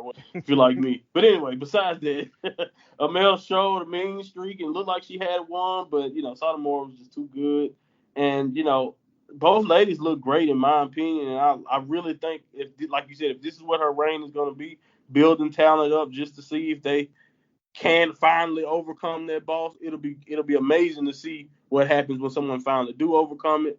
And it's amazing to see the journey, how we get there, and how impressive her matches continue to be in this reign. Yeah, without a shadow of a doubt. Well, we get some breaking news, and following their press conference earlier tonight, Dragunov of Volta got into it backstage, causing Volta to suffer an injury on his left hand. Therefore, the match will not happen next week. Again, I was a little bit surprised when he announced this match first and foremost, and I wasn't that upset with the bait and switch, because I'd rather have it in a bigger setting. And I thought at the time maybe UK takeover or something like that. Of course, we'd get the questions answered later on. Event of the show, which is the Heritage Cup Championship, Tyler Bate versus Mark Coffey. Both men are even after the first round, going into round 2. Mark Coffey continues to hold on Tyler Bate from the previous round. Bate finds a creative way to escape, which sends Coffey out of the ring. Back in, Bate catches Coffey with a run that turns into a stacked pin. Of course, Bate picks up the full point against Coffey. We should say the Heritage Cup rules, anybody who never watched it, basically 6 rounds at 3 minutes. Either first one for who's got the most falls, or either a 2-1 victory. And before I get into what happened in round 3, round 4, what are your thoughts on the Heritage Cup? Because at least it is something different to what we've seen anywhere else, isn't it? And I think that's what I love the most. I'm one of those guys who I am one of my favorite things in WWE was the King of the Ring. I love the G1 Climax. I love the New Japan Cup, and these are all tournaments. And mostly it's because, even though it's all mostly regular matches for the most part, like you said, it's something different. It's a different way of organizing your matches and or your workers and all of that type of stuff. And the Heritage Cup is similar to that in the same way, even though it's not a tournament every time they do it.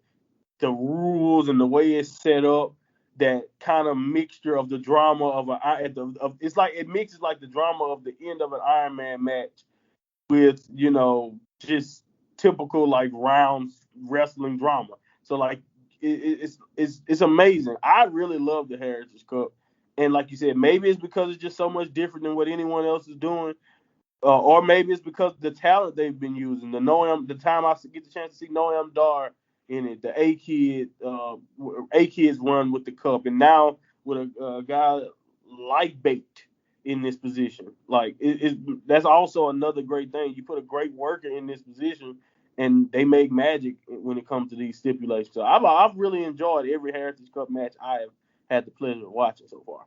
Yeah, no, I've really kind of got into it as well. Kind of, like I said, the old school British feel to it. And back to the match we see in round 3 with Bate with 1-0 lead. Mark Coffey hoists Bate up, and over seconds after the bell rings, he lands a Russian leg sweep and goes for the first cover of the round. Bate refuses to give Coffey the point. Coffey then rocks Bate with a heavy forearm, which knocks him out and gets the first point of the match. So Tyler Bate, Mark Coffey 1-1. course, Mark showed his power to be the first member of Gallus to actually hold singles gold. Into round 4, neither man pick up a point. And then round 5, Mark Coffey clears the onslaught with Tyler Bate with another heavy slam. Bate turns it round with a rolling wheel kick followed by a rebound lariat and finishes Coffey off with a 97 driver for the pinfall victory. Bate wins 2-1. Both Tyler Bate and Mark Coffey shake hands after their hard-fought battle. What were your thoughts on this? Because I thought this was really well. Right. What I want, by the way, what I want to say about the Heritage Cup also, I want to clarify what I mean. It mixes the drama of the end of an Iron Man match with like watching football or watching, a sport. That's what it mixes, because it kind of has that same drama with the scoreboard and all that, time running out. I kind of like that. But anyway, besides that, I had to fix my point. That kind of bothered me that I messed it up. Anyway, besides that, I was excited for this match coming in. Of course, once I found out it was Heritage Cup rules, I love that. The story with the aggressiveness ramping up after Bates' first fall. I love their facial expressions in this match because it was friendly, but at the same time, you can tell as the rounds went by and it was tighter, and it kind of tempers were flaring a little bit on both sides. And I really like what Coffey did with his facial expressions, especially because he showcased his frustration as the match grew. It was just great. It was competitive, and Bate is just one of the best in the world. Doesn't matter who he's in the ring with, and I think the Heritage Cup is perfect for a guy like Tyler Bate. Honestly, when he's involved, he has never disappointed me. So it's really nice to see him in position with that trophy, and I'm ready for more Heritage Cup, man. Well, without a doubt, and the thing is with Tyler Bate, obviously being the youngest NXT UK champion, and being one of the youngest champion in history, wondering where he's going to go from here. Like I said, the Heritage Cup is perfect because someone's more established on the brand can get great matches. People that we might not know, especially Mark Coffey, who's been in the kind of background of Gallus and more of a tag team, and now taking a leap forward. But again, another good episode of NXT. As we move on to the next one, 22nd of July, of course, Ali Shep and Nigel McGuinness welcome us to the show again. And we've got a major announcement from General Manager Sid Scala. And he said, after some consideration, winning Regal, Triple H, Shawn Michaels, a solution with General Manager of NXT UK, Johnny Saint, and Walter would be cleared in time to defend his NXT UK Championship with a rematch against Ilya Dragunov at NXT TakeOver 36 on August 22nd. I'm in, have all my money. What are your thoughts on that?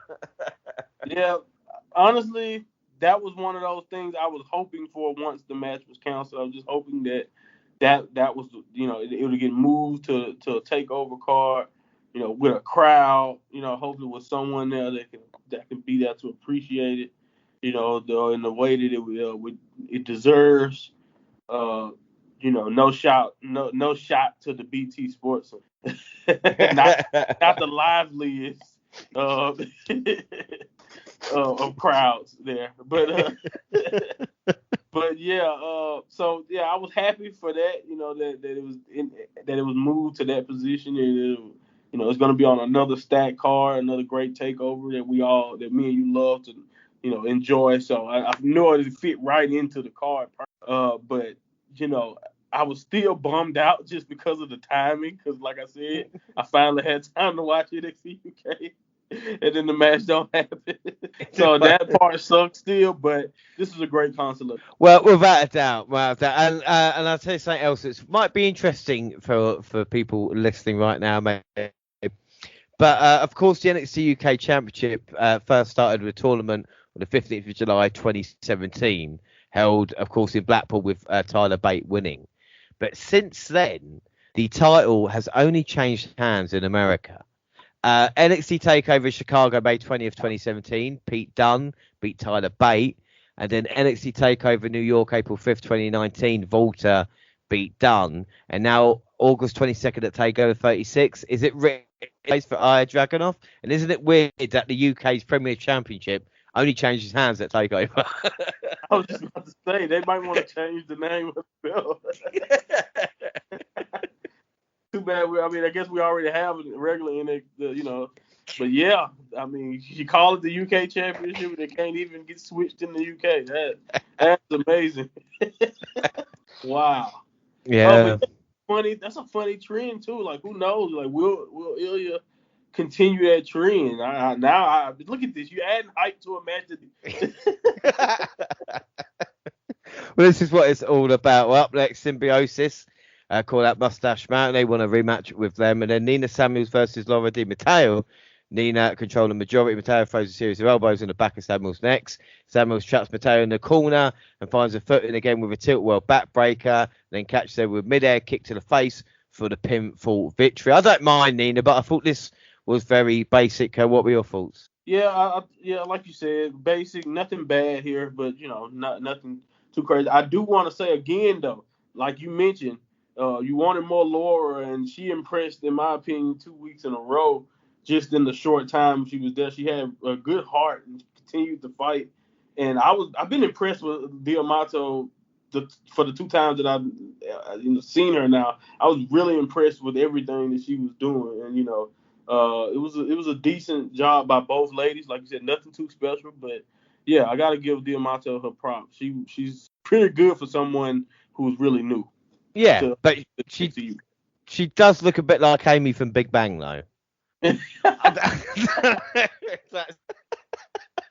don't know if it's just me or what it was, but I was going, yeah, I've seen that face somewhere. Yeah, now that I think about it. Tierman and Rohan Raja want to make it clear that the partnership focuses on 2 core values: respect and family, much like us, I suppose. Blair Davenport interrupts Sarah Brookside's interview. Davenport says the only reason people know her is because of her father, Robbie Brookside. Davenport believes her credibility in the ring has brought more popularity than her name than with Zaya, which, you could argue with. And then Supernova Sessions with Noam Dar. And in this episode, his guests are Ginny and Joseph Connors. Ginny and Joseph talk about the higher lifestyle. They refuse to mingle with the beneath them. Ginny turns her attention to call out Aoife Valkyrie. She promises that she'll be the one to destroy her when they get in the ring. Ginny and Connors leaves, and Connors will be in action after the break. As much as I like Dar and Shah, I dislike Ginny and Joseph, and it's just because Ginny's not too bad, but Joseph is doing his best William Regal impersonation. It gets me every time. We see Rampage get ready for his highly anticipated clash with Joe Coffey, and then we get Joseph Connors versus Tristan Archer. Archer goes for an assisted DDT, but he isn't done there. He sends Connors down with a major setup powerbomb, but Connors managed to get up and send Archer away with DDT, followed by a straight jacket power slam for the win. This was just too much Connors. Is Tristan cousins with Priest as well? I don't know. Archer, Priest. What were your thoughts on this? Like I said, the match was what it was. Connors did a decent job in my opinion. I thought Archer had a hell of a showing though. And he had Connors on the ropes, and since I was familiar with Joseph Connors, I was really looking to see what Tristan Archer, what was he bringing to the table, and he impressed me. And it was solid overall, even though I think this match was more so about what happened after, the stare down and all of that. I think they were trying to just get to that moment. But at the end of the day, I was more impressed with Archer than I was with Connors, even though the match was about Connors. I don't know if they did that on purpose or not, but there you go. There are so many better wrestlers than Connors, and when he's little arm behind the back and all the little, I don't like it. I don't want him, but then again, afterwards, Aoife Valkyrie comes lurking out and hands Ginny a feather, indicating that she's ready to throw down. Of course, we saw that with Mika Satomura and anybody that gets in Aoife's way, which I thought was quite cool. And then Jordan Devlin leaves Sid Scala's office. He's informed that A-Kid wants a 30-minute Iron Man match. Devlin calls him an idiot and promises to get the job done once A-Kid is cleared. Not many people choose Ginger Highlights, is what I thought when I saw Jordan Devlin. It's a brave choice, isn't it? Again, the small details for you, man. I agree. That is bold, but honestly, and I say this all the time. If I ever meet him, he's not the biggest guy, so I feel like I could say this to his face. He's not much of a look. To be fair, and again, I don't even block him on Twitter, but I was lucky enough to see him before the lockdown started. I think the end of 2020. He was wrestling the same show as Joey Ryan, which I won't go into detail about that. Devlin was charging £25 for a picture. during the interval, which I didn't give, but he had this kind of, what's a nice word of putting about him? This arrogance around him, which again, is probably not too bad if you're a heel, Right. It's natural. I think that's what it is. I think part of this, I've never really seen him do anything that was that likable, honestly. He's a great wrestler. I will say that. In the ring, he's a good wrestler. But yeah, I think that's what makes playing this character a little bit easier for him. That it may not be so much of No, plus he has got a massive head. Both it's the literally. That's the only reason. That's what I'm talking about when I say he's not that much of a looker. He's a human bobblehead. Yeah. He is literally the bobblehead made in a human form. If I had a head like him, I'd probably be a douche too. So I'd be struggling getting through doors, let alone anything else. But backstage, Dave Massive and Jack Stars have a chat. Stars wants Massive to know that he looks at him as an inspirational influence on his career. And Mustache Mountain head symbiosis messages from earlier. They're ready to end the rivalry once and for all next week. And the main event, Pretty Deadly versus Subculture for the NXT UK Championship. Don't forget Lewis Howley and Sam Stoker, the NXT Tag Team Champions. And of course, they use their size to edge the advantage on several occasions. With both tandems on wobbly legs, though, late in the title fight, Andrews attempted a shooting star press on Stoker, but Howley pulled his partner out of the ways at the last second. When Webster launched himself over the ropes, he was caught by the champions who smashed him chest first on the barricade. Moments later, Pretty Deadly leveled Andrews with a double team maneuver behind the officials' back to retain their titles. What were your thoughts on this? I enjoyed this match. I wrote down this is what I call tag team wrestling. It was a hell of a match. I just love the teamwork of both teams. I feel like if you're going to be in a tag team match, especially the regular, style tag team match, not a tornado or, stipulation one. If you're going to be in a tag team match, I want to see teamwork. Even if you're just two random wrestlers thrown together, I would like you to work together. What's the point of having a partner if you don't try to move together? And I thought this match was pretty innovative, and they did a great job. I love the tag spots that was in this match. Subculture had his moments, but the tag champs were one step ahead. They outsmarted them, kind of, in my opinion, and looked like the better team in the end of the day. And it's really simple. That's why they won the match, and that's why they are still the tag team champions. And I like that. Sometimes simple works just fine. And like I said, maybe it could have been better. It could have done a couple more things, but this match did its job, in my opinion. Yeah, this was fantastic main event. Pretty Deadly may look like douchebags, but really enjoy their tag team combinations. And like I said, we're probably working together always gets the job done. Yes, boy. Moving on to July 29th, our penultimate episode. Of course, Andy Shepherd and Nigel McGuinness again. And we kick things off with the Irish Ace, Jordan Devlin in action versus Tristan Archer. Devlin in control at the start, but Archer is back in this match after hitting the clothesline. Devlin puts his knees up in time as Archer crashes down with back senton, then finds himself back in the driver's seat with an assisted codebreaker of Devlin that can't keep him down. Devlin reverses the GTS into a nasty headbutt. Devlin and then put a Devlin slide side for the pinfall victory. I thought this was a basic match. Did you think it was too much Jordan Devlin after what? Because you obviously watched the 5 episodes like I did. Did you think too much Devlin? Because we know we're getting a match with Aiken as well, Exactly. I think it was, way too much in this match. Especially, like I said, I just watched, and not that I'm comparing Connors and Devlin at all. When you just watch Archer do have a decent showing, or at least a better showing than he did in this match, it is kind of just, it was confusing kind of to see him kind of just properly get handled by Devlin, who's, by the way, Archer is much bigger than he was when he was in the cruiserweight division, so it also looks a little bit funnier in that retrospect too. But I thought the match itself was still good. Devlin's aggressiveness worked, especially with what his current character or in his current story, what he's been doing. I thought it was pretty cool. It was solid. It was still solid. It wasn't bad, and like you said, but overall, with everything that was going on, especially the stuff with A-Kid afterwards, it probably was a little bit too much there. Yeah, well, like I said, Devlin then informed by General Manager Johnny St. A-Kid wants the 30-minute Iron Man match, and he says A-Kid's career will be on the line. guarantees that the former champ will never be the same again. And just as A-Kid hobbles out, Devlin tosses A-Kid crutches. A-Kid stares into Devlin's eyes and pops his foot down. A-Kid is medically cleared. He takes Devlin and throws him outside, and he tells Devlin he looks forward to see the Irish race fail in their 30-minute Iron Man match that's scheduled for next week. Devlin showing good character work. I think the only thing stopping A-Kid is personality, you know? Yeah, that might be the only thing he's missing. He has everything else, the look, the work.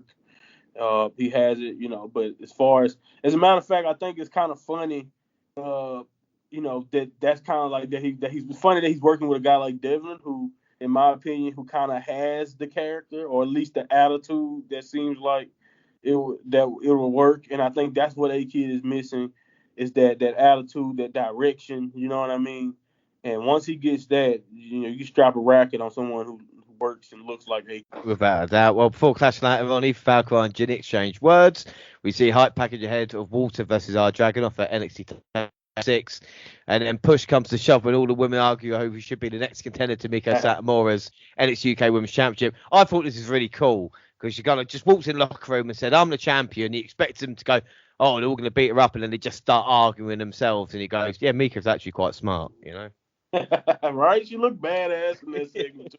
Like, I immediately was just like, that is badass. You just walk in there to your contenders like, all right, come at me. And then, you know, it just starts chaos, basically. And you can just sit there with your evil laugh. Like, she looked like a final boss. Again, it fits the character perfectly. Like, she does one thing and the whole division goes into chaos. Well, moving on, more women's division action as Aoife Valkyrie versus Ginny. Ginny looked for the first cover of the match, but Valkyrie kicks out. Jonathan Connor inserts himself to help distract her. Connors climbs up the apron again with another distraction. Valkyrie takes care of him. Valkyrie turns around and eats a big boot from Ginny. The wing of Valkyrie and picks up the pinfall victory.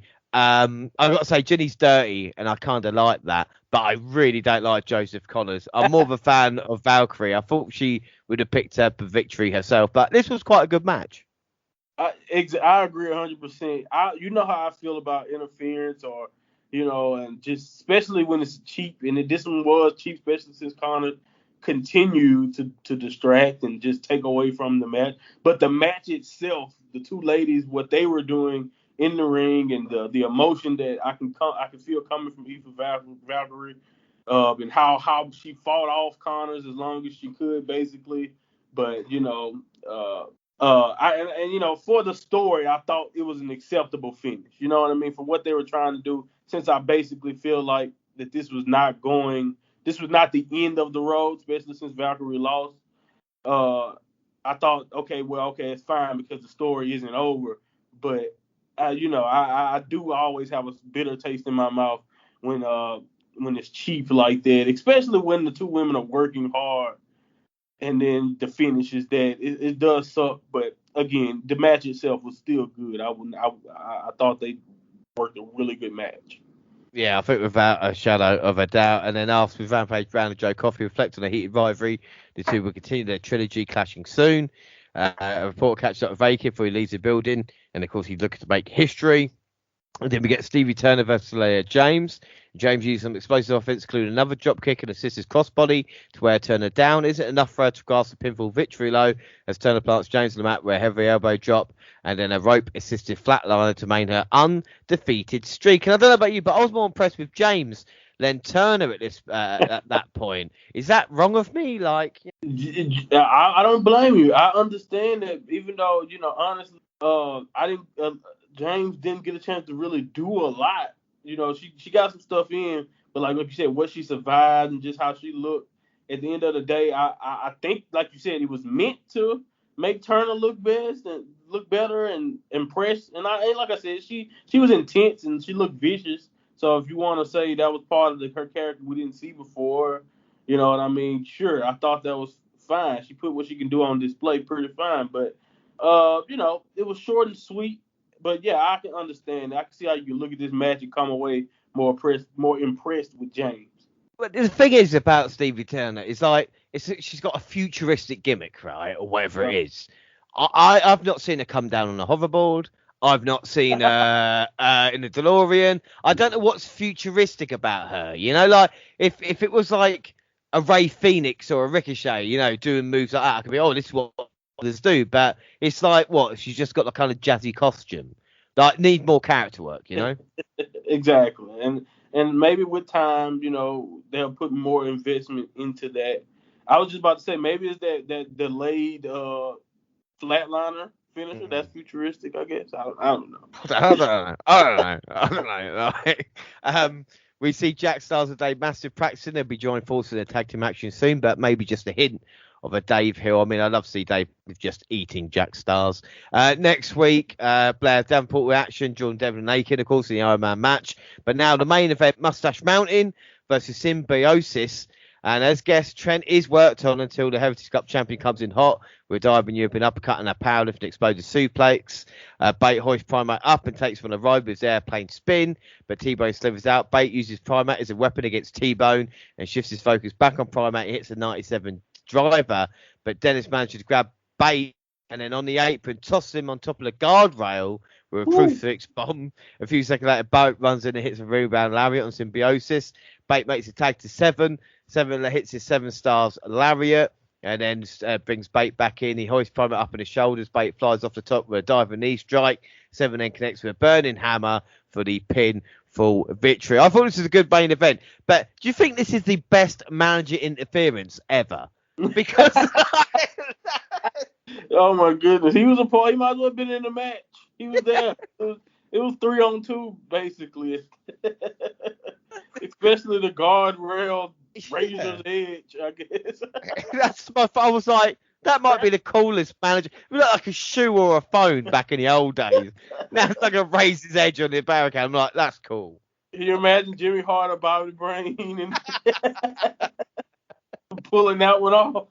It's just like. But the match, it was like you said, hell of a match. It was pretty cool. I wanted to say this. My first impressions of Symbiosis. Primate is a hell of a name to have, huh? Just Primate, that's it. But anyway, I knew what to expect from the Mountain Strong boys. So, you know, I was interested in seeing what Symbiosis could do, and you know, it was really good. They isolated Trent Seven, very smart style, and you know, and they were aggressive, and you know, Dennis' interference, like you said, at moments I thought Mustache Mountain was in trouble, man, because of not only the constant interference. It felt like maybe it'd be a screw job, but you know, they did Symbiosis had some pretty good moves that they put together that looked really, really, you know, clean. So I didn't know for a second there, but you know, Mustache Mountain getting the victory. It was hard earned, and it was good fun. This match was good fun, you know what I mean? And when Bate got in that ring, that hot tag sequence is still as good as any others. Like we talk about MSK's hot tag sequence, but Tyler Bates has always been great when he just gets on a roll. It's just I don't know if I have more fun watching Bate or you know I can't even think of his name from MSK. Wesley, I guess. Yeah, Wesley, yeah. So I don't know whose hot tag sequence I like more out of those two, but. And then teasing Mustache Mountains and Pretty Deadly. Oh, don't threaten me with a good time. Well, I'm about to say, we see Pretty Deadly come out and greet to that matchup. I mean, yes, boy, I'm taking that over there. And like I said, Bate balancing the Heritage Cup and also in the tag team at the same time as well. So maybe he's biting off more than he can chew in that story, and maybe Trent Seven might not be happy. I mean, this added layer, maybe. This might not have been the best episode, but Devlin Naked should be epic on our last episode as well. So let's get to August 5th, and we open with Shawn Michaels promo, hyping up the vigors of an Iron Man match with clips of matches of years gone by. And once again, we're at the BT Sports Studios. Andy Shepherd and Nigel McGuinness welcome us. A lot of shouty commentary sprinkled through. Zara Brookside versus Blair Davenport is our first matchup. But first off, what did you think of Shawn Michaels? Obviously, he's part of NXT UK now. He's the one kind of producing it and looking after the place. Is there a better person to talk about Iron Man matches than that man himself?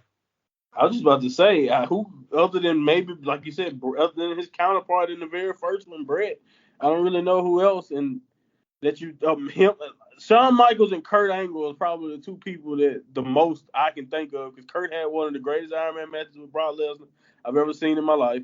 And then, like you said, Shawn Michaels just being the pioneer, and also working one I think with Cena years later that I enjoyed, if I remember it right when I was younger. But anyway, besides that, so yeah, I think it was perfect. Perfect person to bring it in, the perfect person to ask about when it comes to doing things first. Like, not even the fact that he was in the first Iron Man match, but literally doing a first under the WWE umbrella. Who knows more than making history than Shawn Michaels? He was in pretty much the first everything that you can think of. He's had, a chance at. So yeah, he was perfect for that position. Without a shadow of a doubt, you like to talk about Hell in a Cell and Elimination Chambers and all those type of matches as well. But moving on, like we said, is Blair Davenport. We see a tilt where Hell Scissors take down Davenport, as did forearms, but Brookside got caught with a head kick, a double springboard drop kick, Zia down before a V-trigger-ish knee, and the Kamigai, like you said, proved to be a shower of offense that Brookside couldn't sustain. This was a fun extended squash, I suppose, and Blair will be champion soon. I mean, what we've seen these past 5 weeks, that's setting up a matches. Oh, definitely. I think her and Mako are on a crash course, and I think, like you said, maybe within the year or whatever, whenever they decide to do it, they will meet. And I think, like you said, it'll be a perfect time to let Blair reign and do her thing. And I think her and Mako will definitely make magic together. I wrote down exactly a competitive squash. Blair continued to establish herself, and she just put more of her unique offense on display. And only thing, like you said, I wish, because I'm actually interested in a female like Zia Brookside, who like you said, has the name value with the family, the family prestige that being a Brookside can give you in this business. And I think she has a lot of what not just the main roster, but just like what you can look for in a female superstar. So it kind of sucked that it was kind of just a squash, but I understand because of the timing that it was a perfect way to elevate Blair immediately, is to come in and get her a victory over a NXT UK veteran like Brookside. So it makes sense.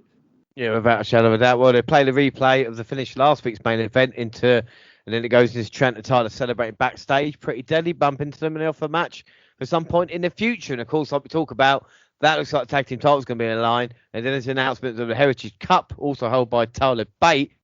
We get the tournament starting next week, which we'll cover, of course, on the next NXT UK show. The tournament matches will be held under British round rules. The third and fourth round bouts have been announced. On the left-hand side, we've got Mandrews versus Noam Dar and Kenny Williams versus Oliver Carter. On the right side, Wolfgang versus Sam Gradwell and Nathan Fraser versus Tierman. And the winner of the tournament will also be able to challenge Bate at a later date. Some great talent there. Who would you say is your favourite to win the tournament to face Tyler Bate? I honestly, I would say my favorite, based on who I like the most, would be Noam Dar, because I just love not only just what he does in these style of matches, but just his character. Everything about Noam Dar is always one of my favorite things. So if I could watch Bate and Dar go at it again, it would be great. But I have to say, part of me is feeling like this is also an opportunity to give Tillman a spot. And he could be a great, brutal person to own the Heritage Cup, with this character, and maybe with help from Raja. Who knows what could happen. So Tillman and Noam Dar are the first two names that kind of caught my attention for that position. But, who knows? Well, I think I'm going to go Sam Gradwell. I mean, Kenny Williams might be a favourite because of Scum of the Earth, kind of new character. But Sam Gradwell, anybody that can call anybody a yogurt, you yogurt. I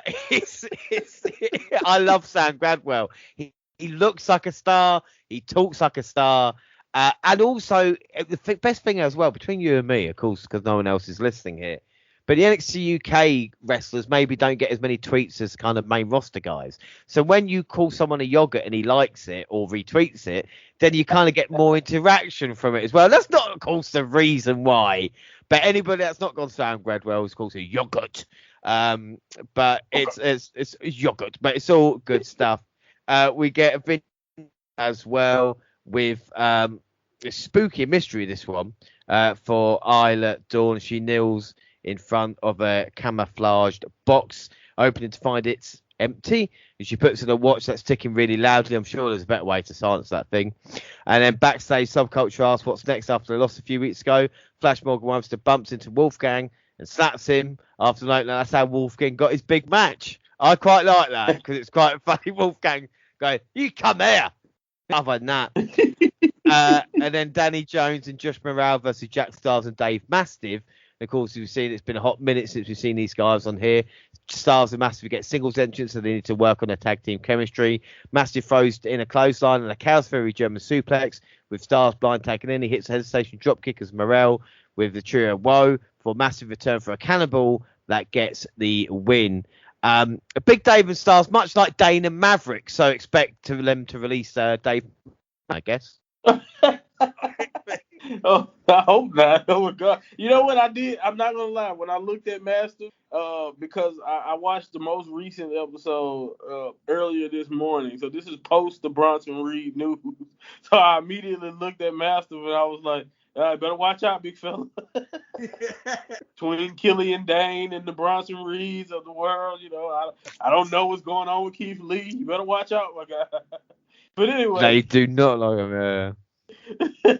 Yeah, but it was a good showing. But from Master and Stars in their debut, it was fun. You know, and I'm just excited to see what the new team can do. What's their future? What they can do together? How long will this last? You know, will this turn into something possible? Will they get a name? Associated with them? Like what is going on, and what is the future for this pairing? Is basically the thing that got me interested in this situation. So, I didn't know much about them together, even though I did remember, like you said, Stars and the handprint that is forever printed on him, no matter what he does. When they together on that night, they look really good. Yeah, I think without doubt, you know. But again, like I said, Mastiff, turning heel, because I think Mastiff at the moment is just kind of breaking ground, if you know what I mean, and sometimes it'd be nice to see him. I was impressed by the kind of younger guys as well. Early today, Mel gets made up. Nina Samuels is pissed that she's hogging the camera crew.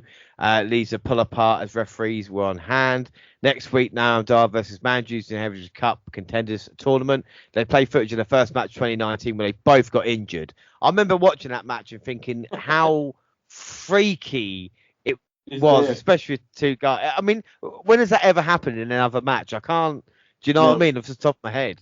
The Rock. The last time, only time I can think of, I think Rock and Mick Foley almost knocked each other out, but I don't know if that was even legit injuries or not. I know neither one of them could make it to their feet in the last man standing match. That's pretty much the only thing I can think of, and I don't even think that was. I think that was a work, so I don't know.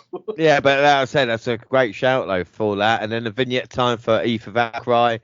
She's pissed at Ginny One with a lot of interference, and she was near a shark cage, so hopefully Joseph Connors with his arm behind his back will be suspended above the ring.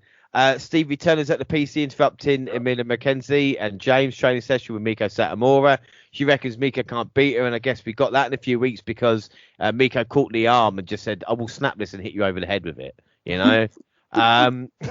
We get Flash Morgan Webster and Wolfgang next week as well, and then our main event, Iron Man, A-Kid versus Jordan Devlin. Of course, this is only half hour long, but A-Kid coming in with a dodgy knee.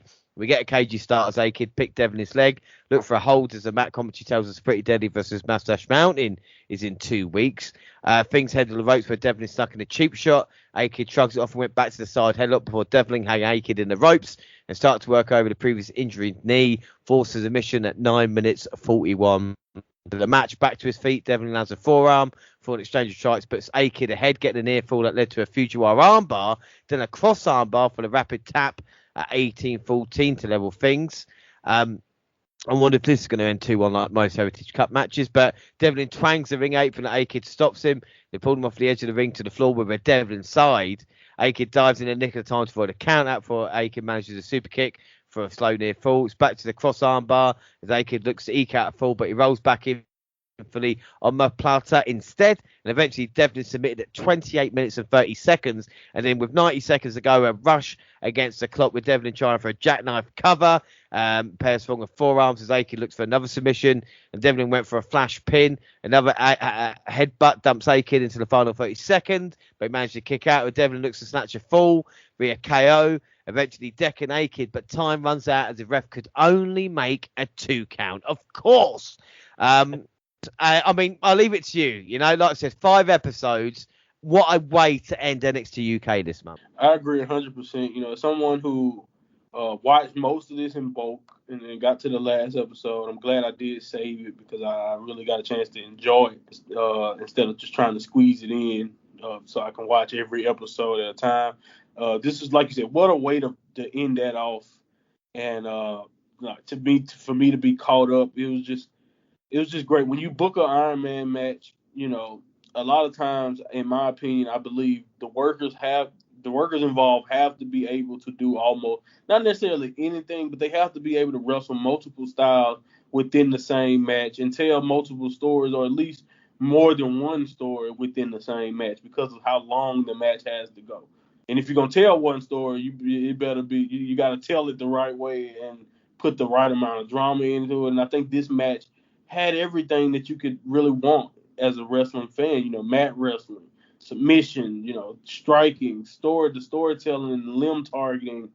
When you add not only the effect of the story going into the match, but the story during the match that led to more, you know, limb targeting and drama. And that last 15 minutes, you know, just a scramble and just, you know, trying to figure out was A-Kid gonna be able, or which one of these guys were going to be able to break the tie.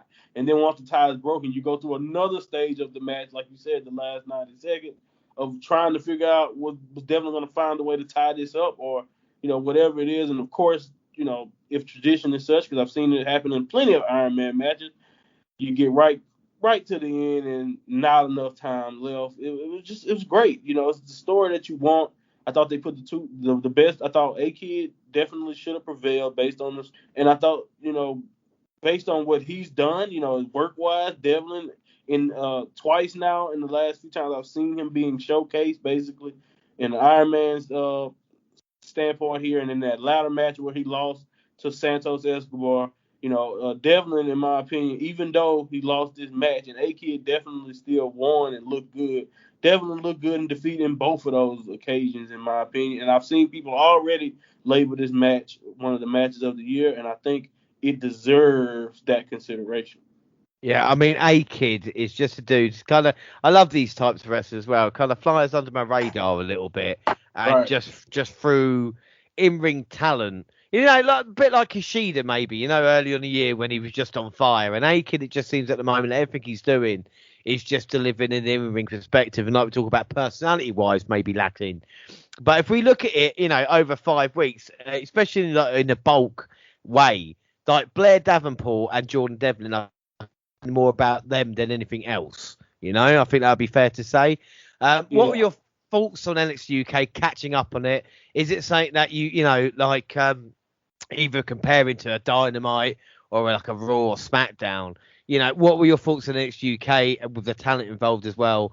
Is it something kind of worthwhile? Because, you know, the thing is, you know, we talk about, you know, finally, with the WWE releases, you know, people like Bray Wyatt and Braun Strowman, surely maybe closing down NXT UK as a brand to save money might be more sensible than what they're doing now. I don't know what your thoughts on that and your thoughts on NXT UK as you've been watching this month. You know, I really do think it is worthwhile. You know, my whole thing with NXT UK from the beginning was I didn't really understand why it had to be separated. But, you know, when I see what its identity and like the style of it, I can understand why it has been. But, you know, with, like you said, with the releases and not really knowing, I don't even know if NXT itself, much less, you know, NXT UK will exist. I don't even know if NXT as a brand will continue to exist when you keep hearing about the rumored NXT people backstage on them for main roster shows recently. Like you said, with more and more releases, you know, somebody's going to have to fill some of these positions on the road, most likely. Therefore, meaning NXT will probably be depleted in some areas, or at least taken away. Like, people are going to be moved around and doing other things. So who knows what could be in store as far as the future of NXT. But my takeaway is that NXT UK is definitely a worthwhile experience. It's a worthwhile addition to your weekly schedule of wrestling, just based off, the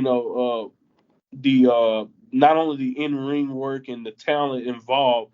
I think what they have is that since it's a short amount of time, they don't have 3 hours. They don't, they're not even doing the 2 hour setup. The most important thing is what you're going to be focused on every week, whether it's the match, whether it's the storyline, every vignette, every little backstage segment is literally connected to something that's important, and you remember it because of, like you said, not like I said, but like I just said, because of the shortened time of the show.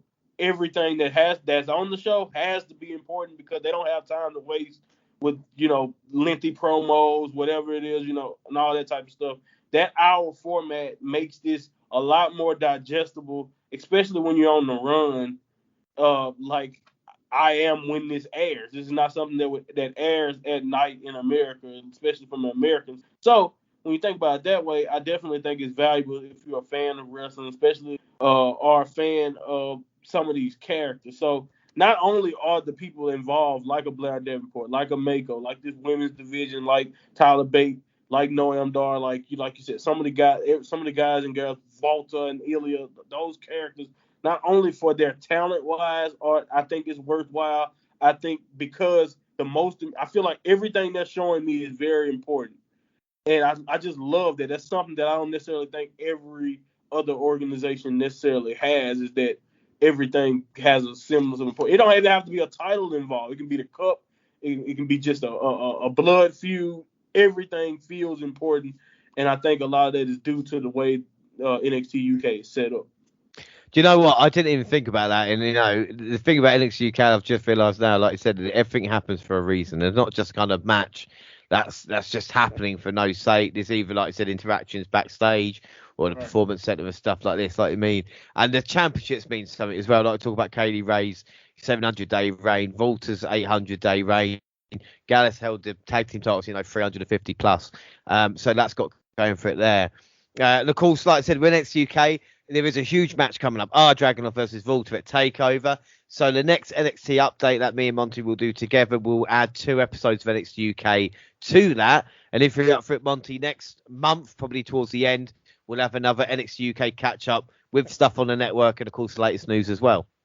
Sounds good to me. Just let me know ahead of time. But that sounds like a decent schedule, and I'll be ready. I enjoyed not only doing this, reviewing NXT UK, but with it being in conjunction with TakeOver, that big match that I can't wait to continue to watch the build up to it, and just continue to watch NXT UK and just watch what some of these things that I've now established and got a chance to view. It'd be nice to see where these things go and like what all the possibilities that possibly could be taking shape in the future. I love where NXT UK is at right now, and I can't wait to do these updates. Well, like I said, it's great having you on. And before I do the outro as well, and I was going to talk about it, I love having you on as well. And either a contributor or something like that to WNR. For me, you are an official member of the WNR podcast, and you can take that how you want. You can even say, well, I don't really care, or whatever it is, but you are obviously a massive part of the team. NXT UK, NXT updates that we do. And there's also something happening big on the 21st of August. Something that I'm trying to arrange. I don't know if you'd be interested in a SummerSlam live party. I'm trying to get everybody involved so we can just have a talk about SummerSlam, go through the card, talk about Raw, SmackDown, NXT, maybe stuff that's happened elsewhere. If you're up for it, or even if you're free or anything like that. Sounds fun right now. My schedule is clear as of right now. Things come up, things go away, so that can always change. But yeah, I'm free, and again, just like any podcast you want to do, just let me know. I'm also honored to be a part of the family, be part of the WNR podcast crew. This is fun for me. I really enjoy doing this, I'm thankful for all of it. So yeah, I'm available. Just let me know. And this is all good. Anytime we're just talking wrestling, just sitting back doing what I enjoy to do anyway. This is just all comes natural to me, believe it or not. I sit back and just love. I have all types of opinions on anything that I get a chance to watch wrestling wise. So getting a chance to express them out here with you, getting someone who's just as much of whether it's a fan or whatever you want to consider yourself, I enjoy this and I'm thankful again for this. So anything you need, just let me know ahead of time and we can figure it out. Without a shadow of a doubt, like I said, Monty, it's great to have you on. Don't forget, across all social media, Twitter at the WNR Podcast, I'm at the WNRJR. Do you want to just let everybody know where they can catch you on Twitter and elsewhere? Yes, on Twitter at my Monty Pod. I have a YouTube channel that I'm going to try to start uploading more consistently too. It's called Monty's Universe, and I have my own podcast called the Mind of Monty Podcast. So if you ever just want to check that out, I will be updating that more frequently as weeks and the days go by. I just moved into my new apartment, so I'm still getting everything set up and figured out. But everything is looking up. I have a lot more free time to be able to write and just enjoy creating things, whether it's the podcast like this, YouTube videos, articles, whatever it is that I'm doing. I try to have fun doing it and, continue to talk about what we all love around here, and that's professional wrestling. So I appreciate you guys, and yeah, check me out at Mind Monty Pod. Yeah, definitely check Monty out. WNR also on Facebook and Instagram across the Google platform. Send us an email, the WNRpodcast@gmail.com, YouTube WNR Podcast. Latest clips of the podcast got the same time on YouTube as do SoundCloud on your phone. Also Spotify and iTunes. We can download, subscribe, rate and review there. So that is it. Our next episode of the WNR Podcast will be AEW with Jaxie. Our next with Monty, well, we have got the SummerSlam live party. We're going to have an NXT update. And then, of course, we've got Review Takeover as well. So it's going to be a very busy time together. But until then, I've been James Rowlands. And like I said, I was joined by Monty again. Thank you very much for joining me. I hope you enjoyed the show and NXT UK and everything that we do here on the WNR. Thank you. It was all fun. All fun. Well, no problems for that. Well, thanks for listening, everybody. And bye. Adios.